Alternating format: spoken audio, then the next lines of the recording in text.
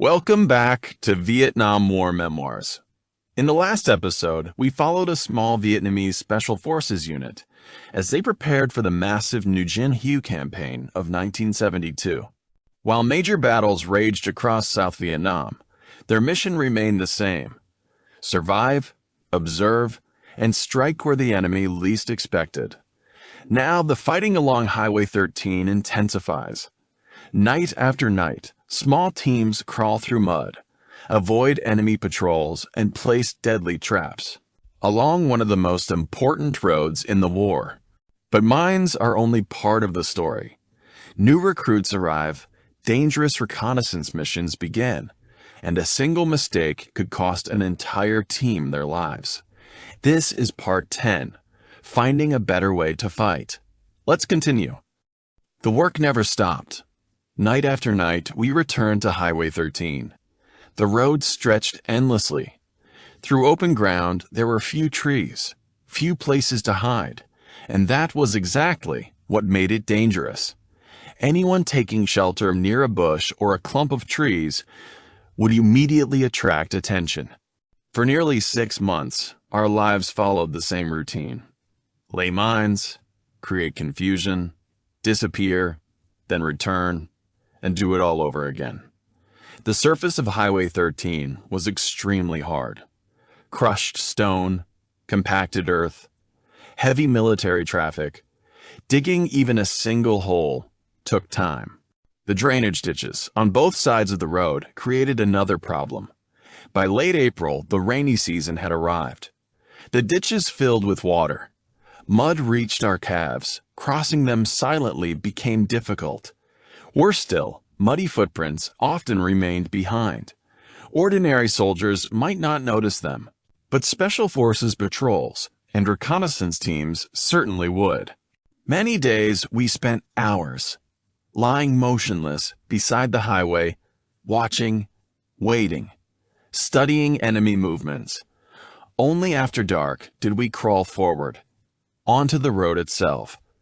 We selected locations based on the tracks left behind by armored vehicles and troop carriers. Those tracks revealed where the enemy vehicles were most likely to pass.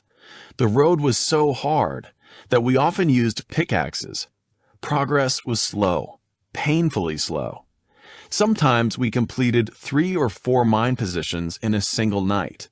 Other times, enemy patrols appeared so often that we were forced to stop digging, hide our work, and wait.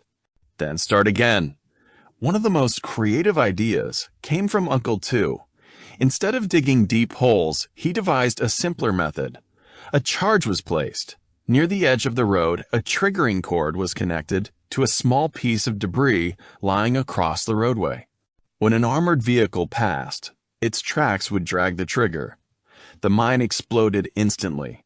No need for a man to sit nearby, waiting to pull a wire. No unnecessary risk. The method worked. More than once, enemy MEESN armored carriers were overturned and our men remained alive to fight another day. That, more than anything, was what mattered. Finding a better way to fight. Planting mines along Highway Shirsen near Lai Khe was dangerous enough, but operations near Dong Du, along Road Ba, were even worse. Enemy patrols moved constantly. Digging while sitting was difficult. Digging while lying flat was another matter entirely. With one hand, we chipped away at the road surface, using a pickaxe, stone by stone. Then we used those same stones to cover our tracks. One hole was never enough. Usually we dug 3, sometimes 4, and rarely in a single night. More often, the work continued over several nights, returning to the exact same location again and again. Before resuming work, we always checked carefully. Had the enemy noticed anything? Had they discovered our previous activity? Had they left behind a trap of their own? If they had, the consequences could be fatal. Most nights, we reached the work area around 3 in the morning. By then, the darkness was deepest. Even while lying flat, we could swing a pickaxe with surprising force. The noise was masked by something else. Dong Du was never quiet. Inside the base, enemy troops were constantly nervous. A sudden sound would trigger gunfire. One machine gun opened fire, then another, then another. Within seconds, half the base seemed to be shooting. Artillery joined in. Flares shot upward and illuminated the entire sky. To the enemy, it was a security measure. To us, it was an opportunity. When a flare reached its brightest point, we remained motionless as it drifted downward. And its light weakened, we resumed digging, again and again.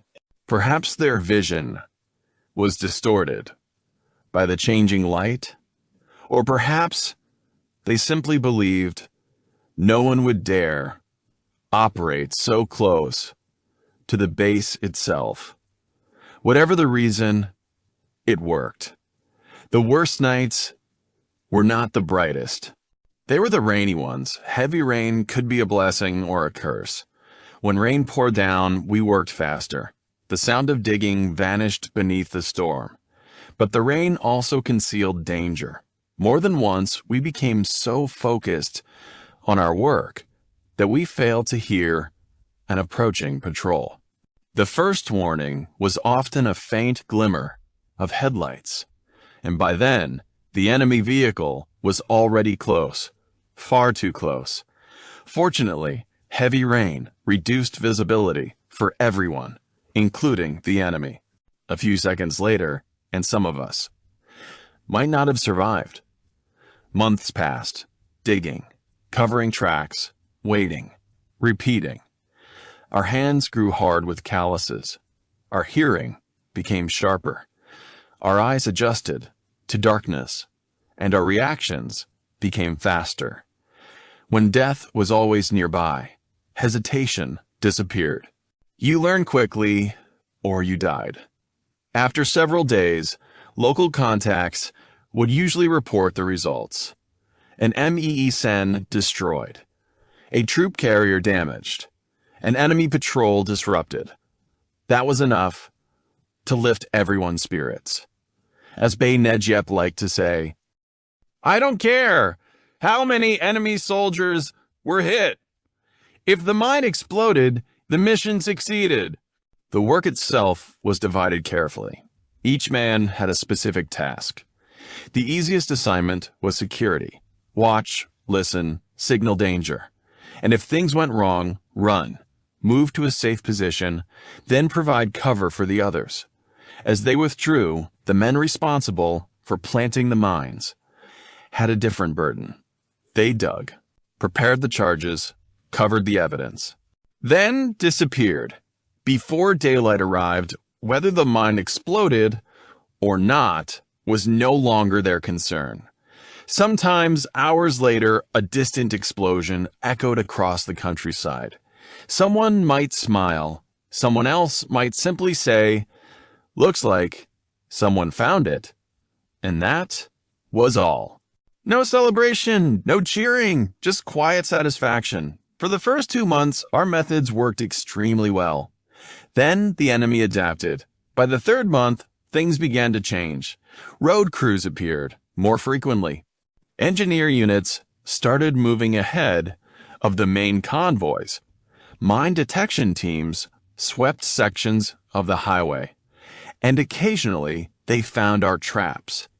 We could only guess how they learned. Perhaps local informants had talked.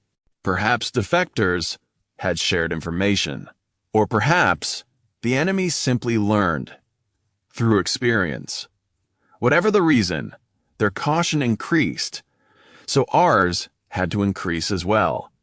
We began spacing our mines farther apart, changing locations, changing patterns, and sometimes laying traps for the mine clearing teams themselves.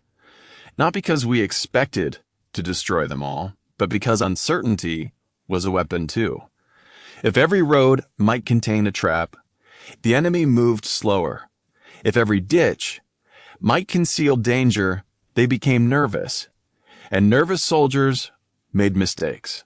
By the middle of July, many friendly units were operating around Cu Chi. Mine warfare had become widespread.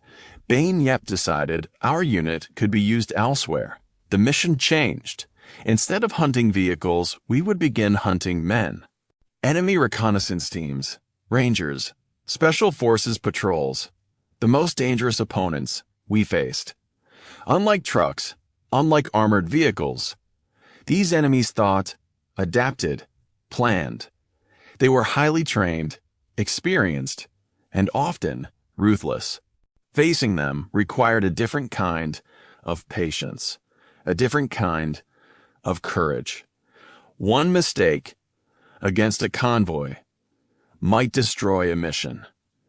One mistake against a reconnaissance team could destroy an entire unit. We all understood what that meant. The next phase of the campaign would be far more dangerous than laying mines along Highway Shusen, and none of us knew just how close death was about to come. We almost paid the price. Then, the first time I took the new recruits out to hunt enemy reconnaissance teams, we nearly lost our way home. The evening before, I reminded everyone to prepare their equipment. The veterans slept normally. The new men did not. Diem spent half the night rearranging his gear. Bond MacDini. Hugh tossed and turned in his hammock, and Dew slept with his rifle clutched tightly against his chest. I understood. Every soldier remembers his first mission. No matter how brave he is, there is always tension. There is always uncertainty. The truth was, hunting reconnaissance teams was like searching for a needle in the bottom of a river. We never knew where they would appear or when. Sometimes I wondered whether we were hunting them or they were hunting us. If we stumbled into one of their ambushes, there would be little chance of survival. Shortly before dawn, it was time to move. Ty carried the B-40. I led the column. The new recruits followed behind. Each man separated by several meters. The forest was still dark, still quiet. Yet before long, I heard something that made me stop. Metal striking metal. A faint clinking sound coming from behind. In the stillness of dawn, even the smallest sound could travel surprisingly far. I halted the column. The recruits tightened their gear. We moved again. A few hundred meters later, I heard it once more. Clink, clink. I stopped everyone again. This time, we checked every man. One by one, the problem was simple. The new recruits had never learned how to secure equipment for silent movement. Canteens shifted. Metal buckles touched. Loose items rattled with every step. Things the veterans notice automatically. Things the newcomers had never experienced before. After another round of adjustments, we continued. Eventually, we reached a small reserve position. There, we left behind some unnecessary equipment and continued forward. Almost an hour later, we arrived at the edge of a forest. Several days earlier, local contacts had reported enemy activity in the area. Reconnaissance teams often entered the woods there. Nearby, a road crossed. Open ground beyond it, abandoned rice fields, stretched into the distance. The landscape offered very little cover. Scattered bushes, shell craters, young trees, just beginning to recover from years of war. We selected positions and settled in. Then we waited as dawn approached. Ty suddenly raised a hand. He had noticed something. Not movement, not sound, a smell. Cigarette smoke. Carried gently through the morning air. A few moments later, we saw them. Enemy reconnaissance troops moving toward the forest. disciplined, silent, professional. The man in front used a machete to clear branches. The others followed in a long file. Nobody talked, nobody laughed. These were not ordinary infantry. These men knew exactly what they were doing. We watched them move closer and closer, waiting for the perfect moment, waiting for them to enter our killing zone. We watched them move closer and closer, waiting for the perfect moment, waiting for them to enter our killing zone. Thi lay to my right. The Bisaline rested against his shoulder. Patient, ready. The enemy patrol continued forward. The lead scout was still clearing brush. With his machete, the others followed. In disciplined formation, some carried ME-low rifles. Others appeared to be armed with a KS. That caught my attention. Enemy reconnaissance teams often used captured weapons. It helped them blend in, made identification harder. The distance between us continued shrinking. A little closer, just a little closer. Every man in our team held his breath. No one moved, no one spoke. We were waiting for the signal. Then everything went wrong. Suddenly, a burst of rifle fire shattered the silence. Crack, crack, crack. 10 rounds, maybe more. For a split second, I could not believe it. Then I realized what had happened. He who had fired the new recruit had opened fire without orders. Whether he had panicked, whether he thought the enemy had spotted us, or whether his finger simply tightened at the wrong moment, I still do not know. But the result was immediate. The ambush was blown. There was no time for discussion, no time for anger. Thi reacted instantly. The Bisaline roared. The rocket slammed into the middle of the enemy formation. The explosion threw dirt, branches, and men into the air. At the same moment, Du and I opened fire. Short bursts, fast, controlled. The reconnaissance team scattered immediately.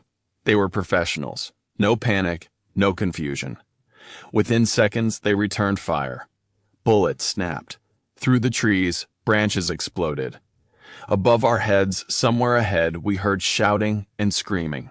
The B-SERP had found its mark. Thi fired again. Another explosion ripped through the forest. Then he began to fall back.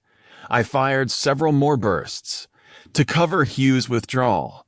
For all his mistakes, we were not going to leave him behind.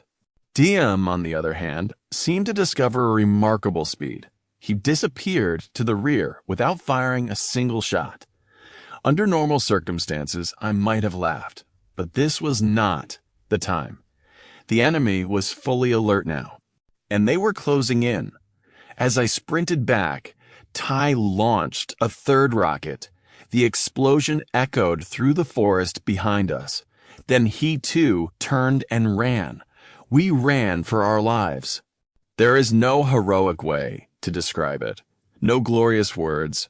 Just 5 men running as fast as possible through the jungle because we knew what would happen next. Reconnaissance teams never operated alone. Sooner or later they would call for artillery or helicopters or both. And when that happened, the forest itself would become our enemy. We kept running, not in formation, not according to any plan, simply running, putting as much distance as possible between ourselves and the enemy. Behind us, sporadic gunfire continued, but it grew fainter with every passing minute. That was encouraging. It meant the reconnaissance team had not pursued us immediately.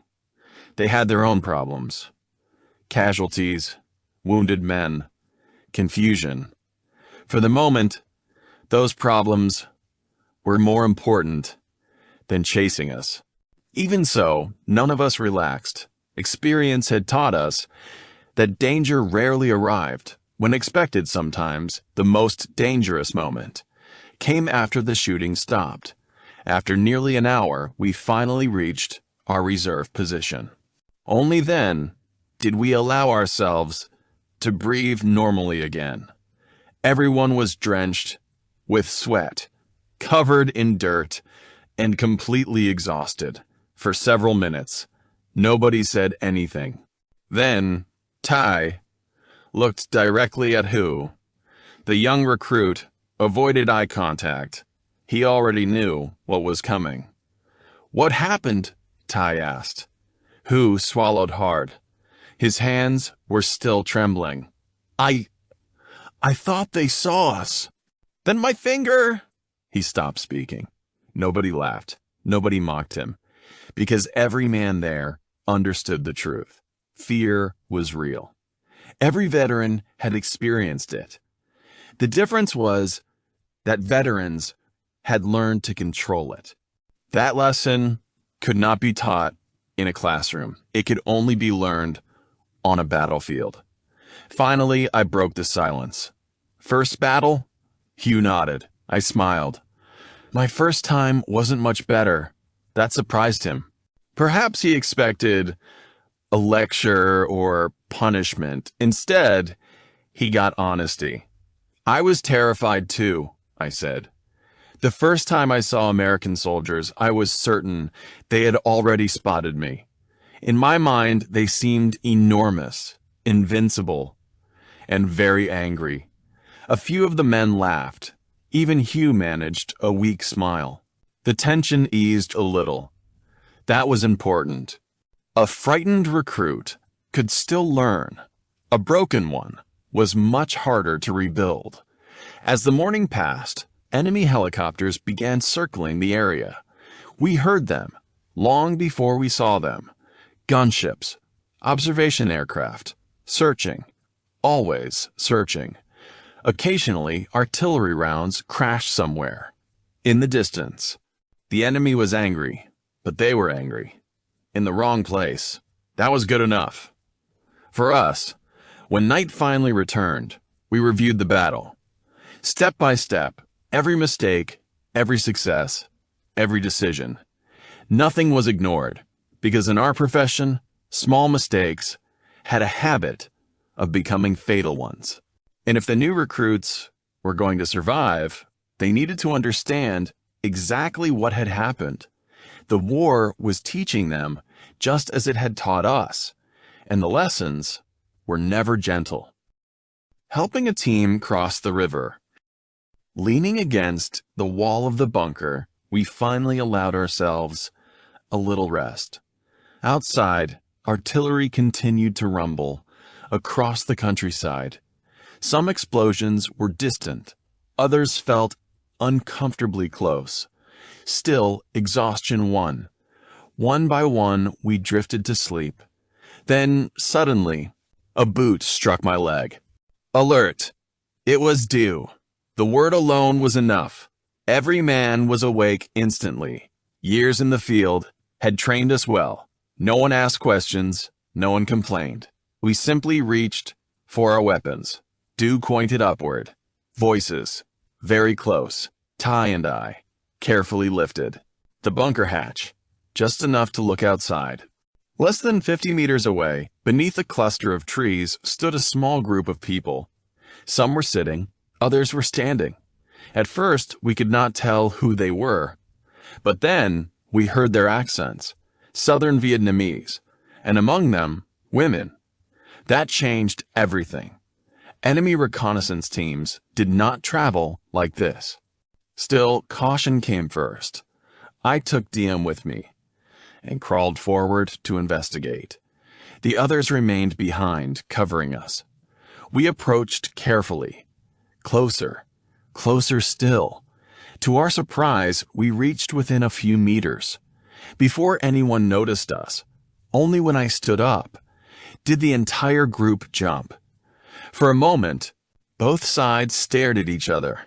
Weapons ready, questions flying, names, passwords, locations, the usual ritual of wartime introductions. Eventually, everyone relaxed.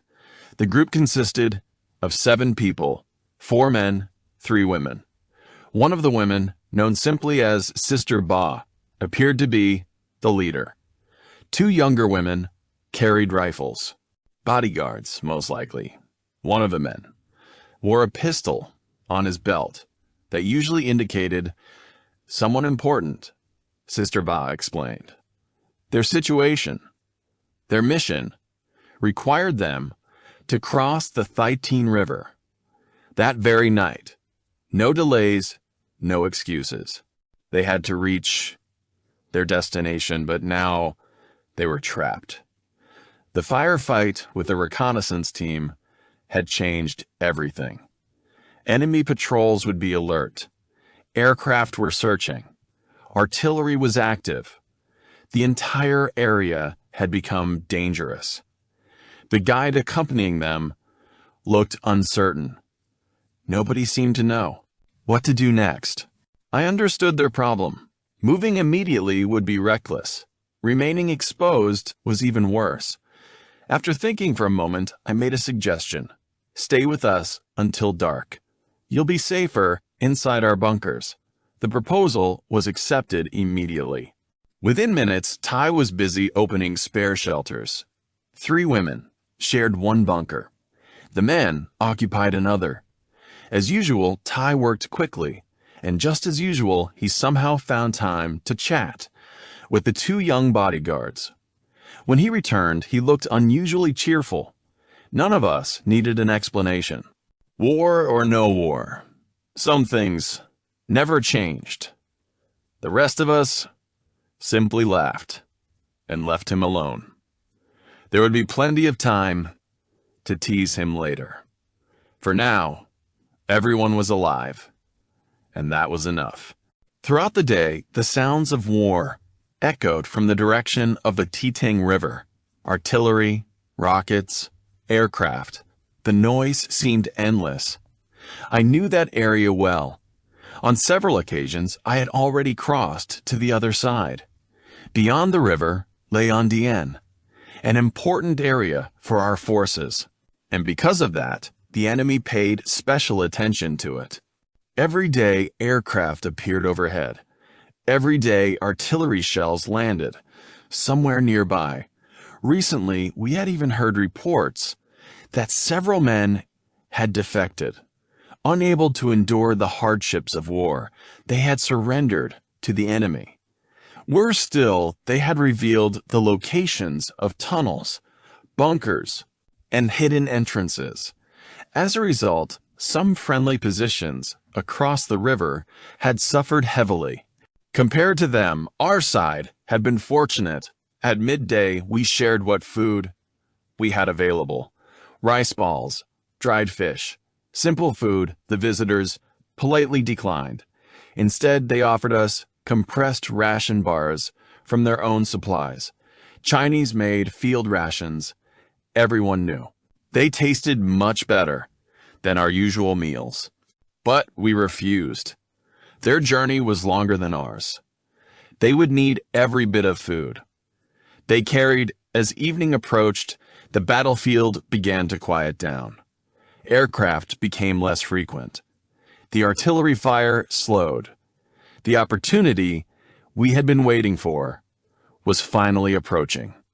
Before sunset, I sent Ty and Du to scout ahead.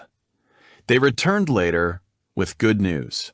The route appeared clear. No patrols, no suspicious activity, no obvious ambushes. That did not guarantee safety.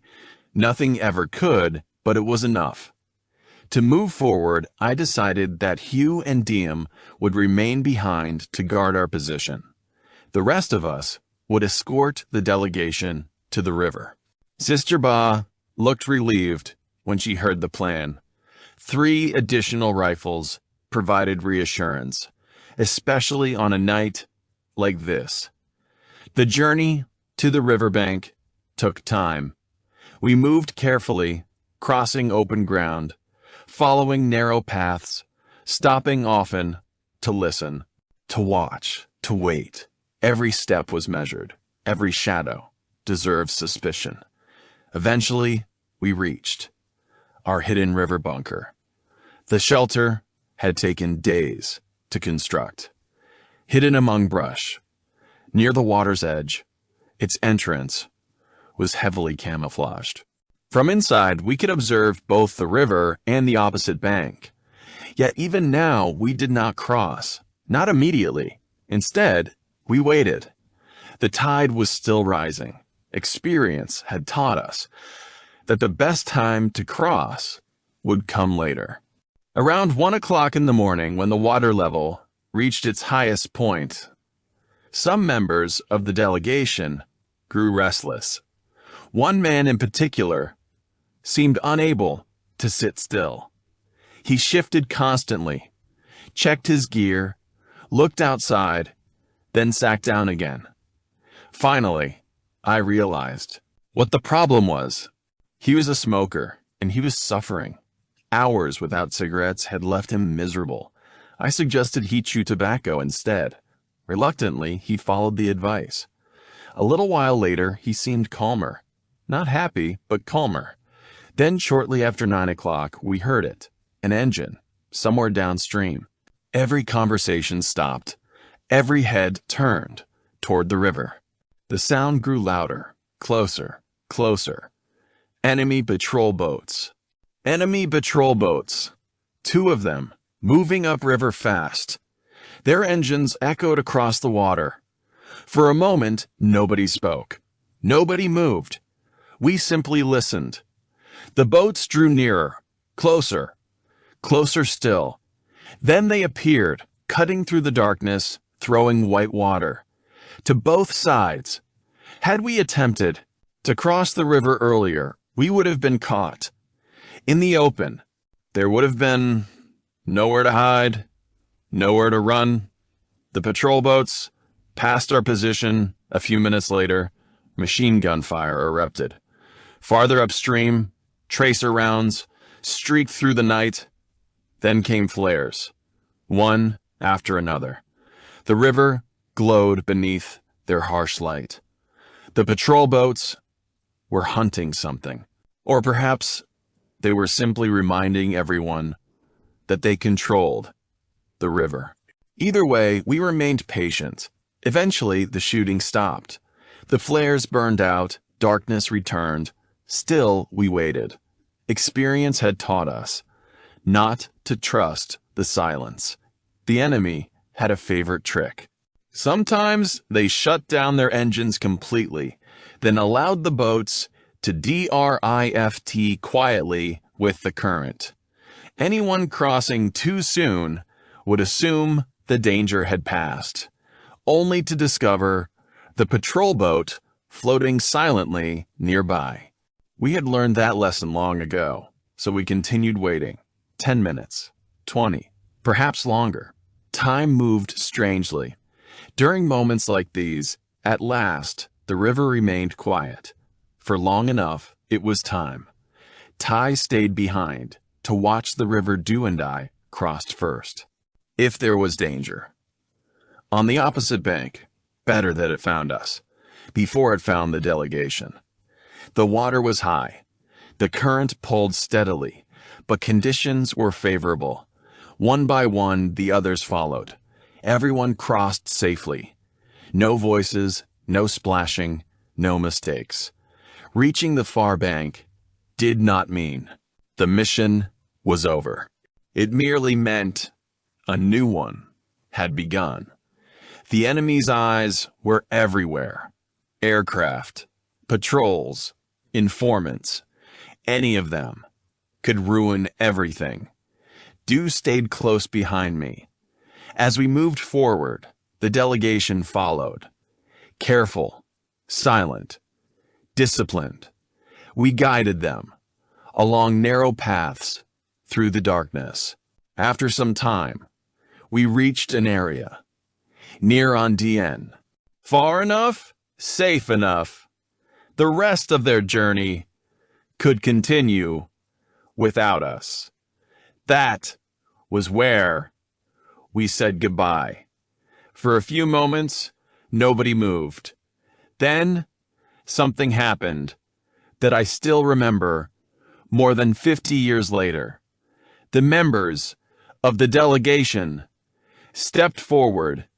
One by one, they shook our hands firmly, sincerely, and they thanked us. It may sound simple, ordinary, unimportant, but in those years, such moments were rare. We were soldiers. We carried out missions. We moved on.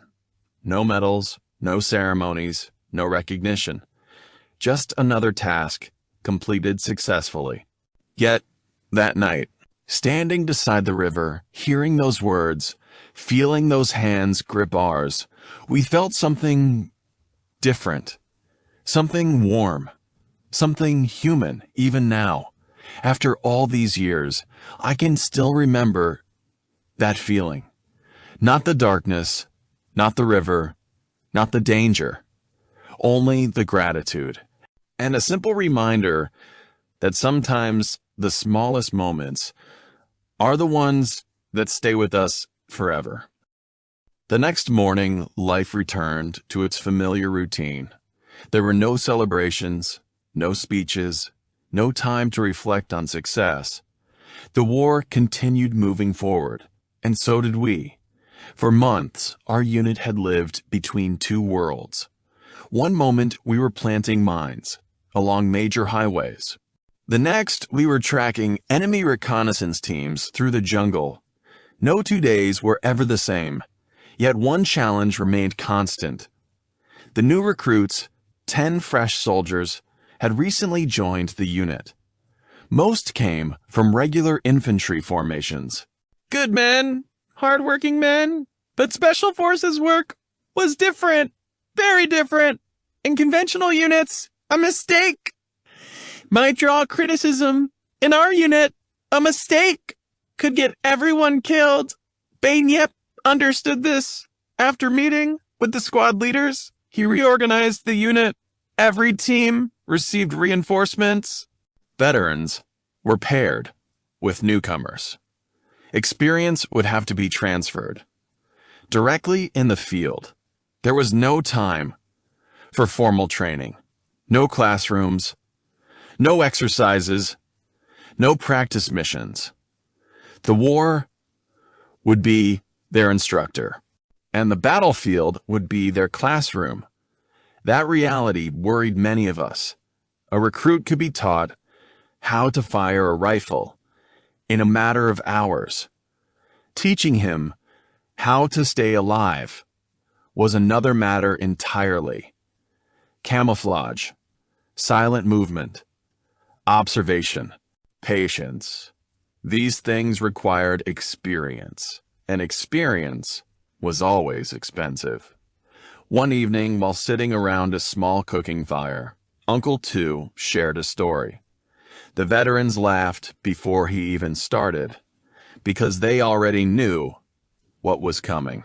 The first day I took my new men out looking for unexploded bombs, he began. I thought it would be easy. It wasn't. A few of the recruits grinned nervously. They sensed they were about to become the punchline. We found a bomb almost immediately. Naturally, I was delighted. But the recruits, they looked terrified. The shelter filled with laughter. They wouldn't even go near it. One of them found a reason to check his equipment. Another suddenly remembered something important he had forgotten. And the third one, he looked like he wanted to be anywhere else, in South Vietnam. More laughter. Even Uncle Tu couldn't stop smiling. When I finally told them to help remove the fuse, he continued, they acted as though I had asked them to wrestle a tiger. By now, everyone was laughing, including the recruits, because they knew the story was true. Every veteran had once been exactly the same, terrified, uncertain, convinced that everyone else was fearless. Only later did we learn the truth. Nobody was fearless. Not the veterans, not the officers, not even the most experienced men. The difference was simple. The veterans had learned how to function despite the fear And now it was their job to teach others to do the same. The new recruits learned quickly. They had no choice. Every day presented a new lesson, and every lesson carried consequences. The veterans showed them how to camouflage bunker entrances, how to erase tracks leading to water sources, how to cross a highway without leaving evidence, how to move silently through terrain that seemed impossible to cross unseen. At first, the newcomers struggled with everything. Their camouflage was sloppy. Their movement was too obvious. Their equipment made noise. And their instincts were still those of ordinary infantrymen. More than once, we had to stop them and start over again and again and again. Patience became one of the most valuable skills a veteran could possess, because every mistake had to be corrected before the enemy discovered it. One evening, I watched a young recruit crawl across a section of open ground. He believed he was moving very carefully, very quietly, very professionally. Then he stood up and walked directly across a patch of soft mud. The footprints looked like a trail leading straight to our position. I called him back without saying a word. I pointed at the ground. He stared for several seconds. Then his face turned red. He finally understood. A hidden bunker might survive for months. One careless footprint could destroy it in a single day. That lesson was never forgotten. Little by little, the recruits improved. They learned to observe more carefully, to listen more closely, to think ahead, to notice details, the things that kept men alive. And soon their confidence grew. Not arrogance, confidence. Those battles were brutal. Helicopters, gunships, artillery, everything happened at once. And it happened fast, very fast. By E2TR, much had changed. American forces had withdrawn from many areas. South Vietnamese troops still fought hard, but something was different. Many of them were tired, very tired. After years of war, their thoughts were no longer focused only on victory. Many thought about survival, about their families, about returning home alive. And because of that, some of the old methods began working again. Methods that had once seemed too dangerous, too risky, too bold. Methods based on speed, surprise, and aggression. The kind of tactics that Special Forces units had always preferred. We could feel the change. Not everywhere, not all at once, but little by little, the balance was shifting. And for the first time in a long while, we sensed that the future might belong to us. Of course, the enemy still had teeth, and they would soon remind us of that fact. Because before long, another mission awaited, and this one would begin with a road, a forest, and a group of highly trained men who were hunting us just as eagerly as we were hunting them. The next mission came sooner than expected. By then, the recruits had gained confidence. They moved better, stayed quieter, made fewer mistakes. But confidence could be dangerous, especially in the jungle. A soldier who feared everything might survive. A soldier who feared nothing usually didn't. That was one lesson the war repeated, over and over again. For our unit, the mission was simple. find enemy reconnaissance teams, track them, ambush them, then disappear before reinforcements arrived. Simple in theory, extremely dangerous. In practice, unlike armored vehicles, these enemies thought. They studied terrain, they anticipated traps, and they knew many of the same tricks we did. Sometimes they even used captured AK rifles to confuse anyone watching from a distance. A careless observer might mistake them for friendly troops. That mistake could be fatal. Many of these men had spent years hunting guerrillas. They knew how to move, how to wait, how to kill. Facing them required patience, more patience than courage. A brave man could charge forward. A patient man could survive. Often we spent entire days without seeing anyone. No enemy, no civilians, nothing. Only forest and silence. The jungle had a strange effect on people. After hours of seeing nothing, a soldier began imagining things. Every shadow looked suspicious. Every sound seemed important. Every broken branch became a warning. The hardest part was staying alert.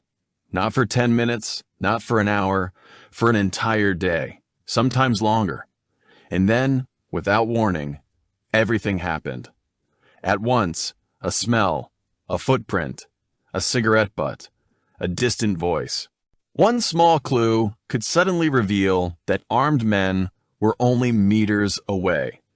That was how most encounters began. Not with gunfire, not with explosions, but with observation. The side that noticed first usually survived.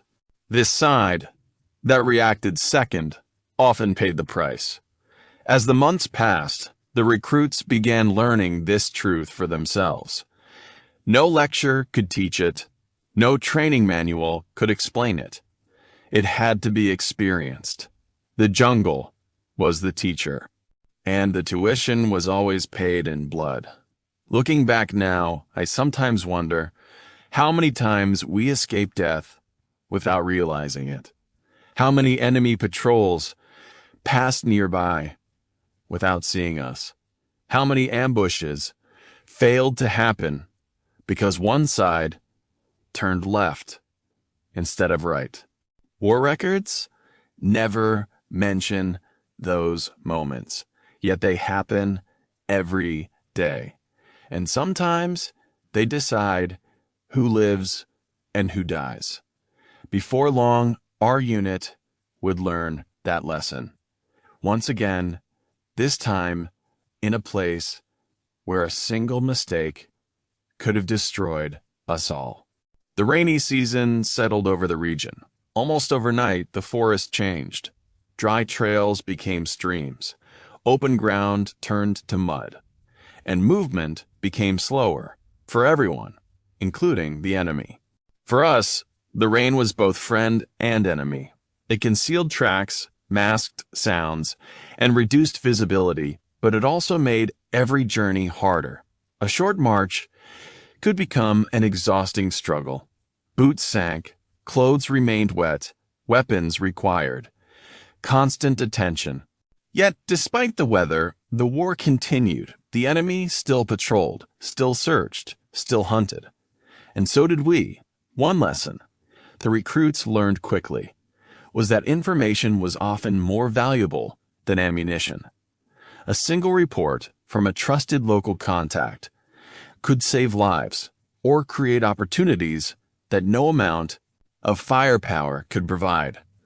Many people imagine war as a contest of weapons. Sometimes it is, but much of our work depended on knowledge. Who moved where?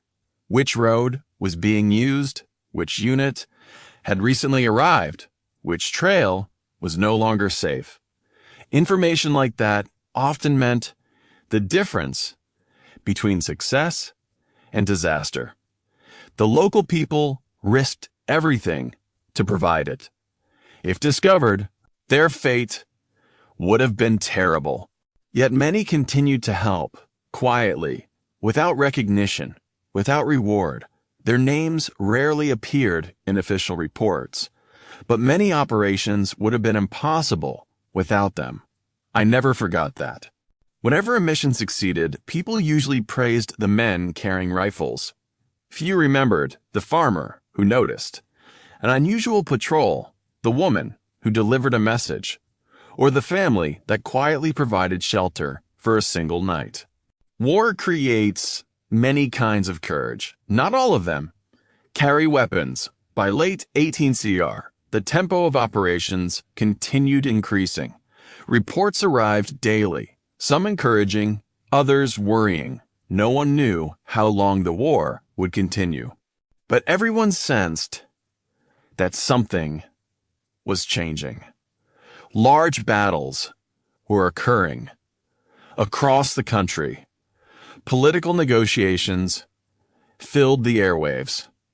Rumors traveled from unit to unit. Some men believed the end was near. Others did not. Veterans tended to be cautious. We had heard rumors before. Too many times experience taught us to focus on the next mission. Not the next year, not the next month, sometimes not even the next week. Only the next mission. Because that was the only thing we could control. And the next mission was already approaching. A mission that would test the recruits again. And remind all of us that the enemy remained dangerous, very dangerous, no matter how much the war seemed to be changing. Several weeks later, another report arrived, a familiar report. Enemy reconnaissance teams had been seen. Again, this time near a stretch of forest, not far from Long Nguyen. The information came from local contacts, reliable people whose warnings had saved lives before. According to them, small enemy patrols had entered the area several times during the previous week. They stayed only briefly, then disappeared. No one knew exactly what they were looking for, but we could guess. Routes, supply caches, bunker locations, anything useful for a future operation. Bae Nungiep studied the report for a long time. Then he looked up. "We'll go." That was all he said. No dramatic speech, no complicated orders, just 3 simple words. "We'll go!" The veterans began preparing immediately. The recruits did the same, though this time their movements looked different, more confident, more deliberate. They no longer needed to be reminded about every detail. Equipment was checked, weapons cleaned, camouflage inspected, water collected, everything prepared before nightfall. Watching them, I realized how much they had changed. Only a few months earlier, some of them had been afraid to approach an unexploded bomb. Now they moved with the quiet confidence of men who had survived their first battles. That confidence made me proud and worried, because confidence often attracts danger. The next evening, we left the bunker. Shortly after dark, the forest was unusually quiet. No aircraft, no artillery, no distant gunfire. Only insects and the sound of our own breathing. We moved in single file, each man separated by several meters. The same formation we had used countless times before. Hours passed. The moon rose slowly above the trees, then disappeared behind clouds. Around midnight, we reached a small reserve position. No one spoke. No one needed to. Every man knew his job. We rested briefly, then continued forward. Just before dawn, we arrived at the edge of a lightly wooded area. The ground ahead sloped gently downward. Scattered bushes, young trees, tall grass. Good terrain for observation, and good terrain for an ambush. We settled into our positions. Then we waited. An hour passed. Nothing. Another hour. Still nothing. The recruits remained patient. That alone was encouraging. Earlier in the year, some of them would have fidgeted, shifted position, looked around constantly. Now they understood the importance of stillness. Late in the morning, Thi suddenly froze. His eyes focused on something in the distance. Slowly, he raised his hand. A signal. Enemy movement. Every man became alert. I followed his line of sight. At first, he saw nothing. Then, very faintly, movement. A shape. Then another, and another. Men, moving carefully through the trees. Not farmers, not civilians. Soldiers. Experienced soldiers. The kind who understood how to disappear into the jungle. The kind who could be deadly. They were still far away. Far enough that we could not yet count them. Far enough that no one fired. We simply watched and waited. Because this time we intended to do everything right. No premature shots, no mistakes, no second chances. Only one opportunity, and it was moving slowly toward us. This time, the recruits were no longer beginners, but experience alone did not guarantee survival. In the next episode, the unit will face another dangerous encounter with enemy reconnaissance forces. And once again, a single decision may determine who returns alive and who does not. Thank you for listening to Vietnam War Memoirs. If you enjoyed this story, please consider subscribing, liking the video, and sharing your thoughts. In the comments, your support helps preserve and share these remarkable memories with people around the world. Until next time, thank you for listening and take care.